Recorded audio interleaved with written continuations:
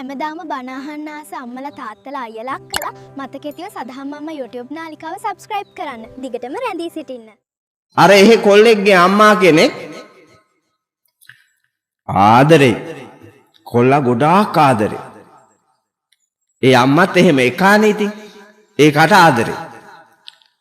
ඌට මොකද්ද ඔයකට කේන්ති ගිහිල්ලා අම්මට බැනලා. ආදරේ වැඩි හින්දා පුතා පුංචි තැනකදී ත්‍රිදෙනවනේ. අම්මා ඊට පස්සේ ඕකට හිත රිදිලා අඬන්න ගත්තලු. අඬා උන්දා ගියාලු ගේ ඇතුළට. අල්මාරිය අරිනවා ඇහුණලු.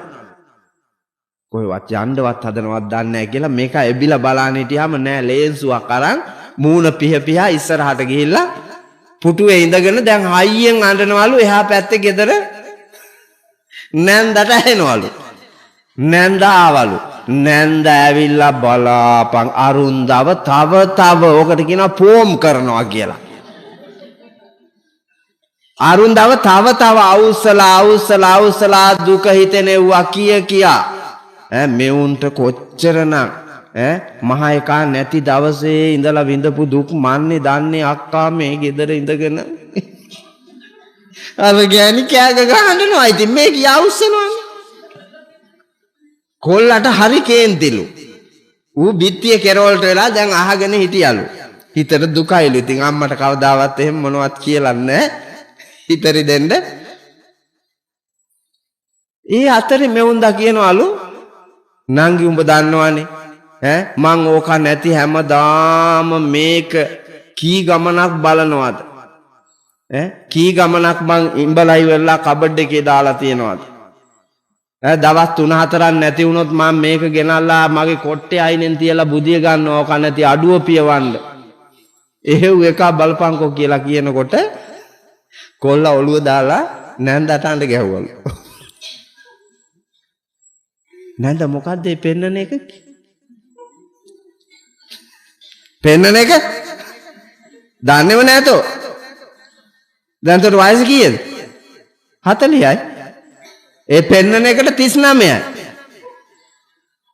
තොට අවුරුද්ද කාලේ අන්දපු ජංගිය. ඕන්දා කබඩ් එකේ දාගෙන ඉන්නේ සිහිවටනයක් හැටියට. මගේ අතින් ඇවිල්ලා කියනවා ඔබ වහන්සේ බණකට කියනවා මං අහගෙන හිටියා නාකි ගෑනු ගෙම්බෝ වෙනවා කියලා අපේ අම්මා ගෙම්බෙක්මයි. ඇයි මගේ ජංගියේ හින්දා කිව්වා. මම ඊට පස්සේ කතාව ඇහුවාම ඔය කතාව කිව්වා මට. ඒ තරම් පෙරේතයි තමයි කඩමාළු කබඩ් වල දාගෙන එව්ව දිහා බලාගෙන ඔප්පු ටික තියලා තැනක ඒක දිහා බලාගෙන එහෙම පෙරේතකමට ඉන්නේ. අතාරින්නේ නැහනේ. කිරි පැකට් සැමන් ටින් ගොඩ ගහගෙන ගෙවල් වල හට්ටි මුට්ටි වට්ටි පෙට්ටි දිරන එක තියලා තියෙනවා. මේ කුලියා පිටියේ තියෙන කෞතුකාගාරයක් නාකි ගෑණියෙක්ගේ මං ගියා බලන්න. කසාද බැඳපු දවසේ දාගෙන ආපු බාට දෙක රබර් බාට දෙක ඒකට 60 කට්ටක් ගහලා අර යට බොත්තම කැඩිලා ඒකට 60 කට්ටක් ගහලා තමයි දාගෙන ඇවිත් තියෙන්නේ.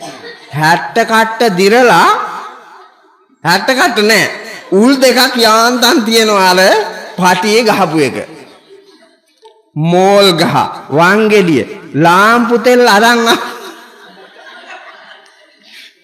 ප්ලාස්ටික් බෝතලයක් හතරස් බෝතල ඒකක් තියෙනවා තව. මට එකෙන් එකට විස්තර කෙරුවා. කොල්ලා පිටපැත්ත ඉඳලා යන්න එපා දී මකුළු ඇති ඕකේ ඔවුන්ට පිස්සු තියෙන්නේ යන්න නම් එපා. මං ආසාවට ගියා බලන්න. හනසු තියනවා නිකන් අර නූල් වාගේ. හනස්ස දිරලා හනස්සේ අර නූල් කෙඳි තියෙන්නේ කෙඳි විතරයි. හනස්ස මොකටද බලන්නකෝ. ගෙම්බ වෙලා නෙමෙයිද මේ ගෑනු උපදින්නේ. එවැනි පෙරේත ගෑනු ගෙම්බෝ වෙලා ඉන්නේ වල්කොමේ යන ගෑනු බල්ලෝ වෙලා උපදින්නේ. මේවා නිට්ටයයි සත්‍යයි. ඔකට ස්ත්‍රී පුරුෂ ભેදයක් නැහැ. මං ඒ පැත්තට බර කරලා තිබ්බේ වැඩිපුර බර හෙට්ට නිසා. ඔයාට ආසා කරන්නේ වැඩිපුර ඒ අය නිසා.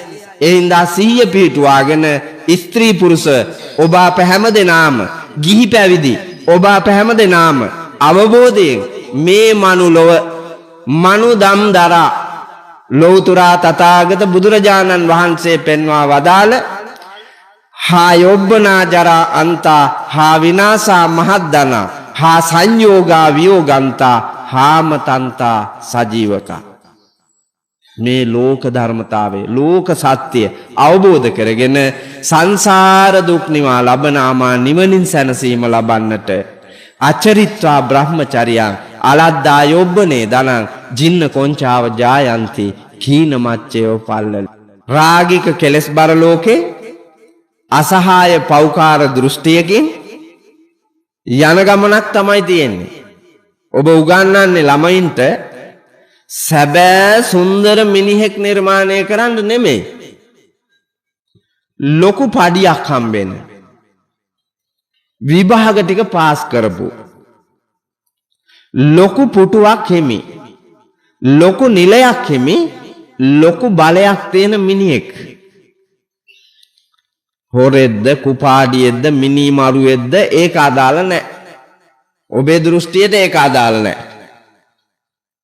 ඔබට ඕනෑකම තියෙන්නේ විභාග ටික පාස් වෙලා සහතික ටිකක් තියෙන ලොකු පඩියක් අතට හම්බෙන්න ලොකු නිලයක් ගන්න පුළුවන් ලොකු බලයක් තියෙන මිනිහෙක් හදන්න. හැබැයි මේ හදාපු මිනිස්සුම තමයි පුතේ මේ රට මෙතෙන්ට එනකන් ගෙනත් තියෙන්නේ. ඒ හදාපු අයමනේ නේද?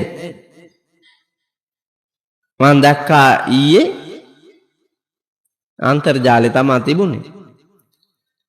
හාමුදුරු කෙනෙක්ගේ අංගෝපාංග රහස්‍ය අංගෝපාංග හිටන් කපලා ඇස් ගලවලා මරණ. අපේ දිස්ත්‍රික්කෙම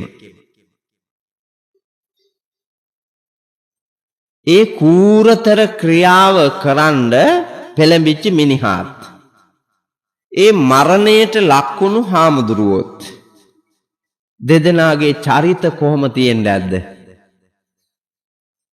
නේද? ඒ චරිත කොහොම නිර්මාණය වෙලා තියෙන්නේ නැද්ද?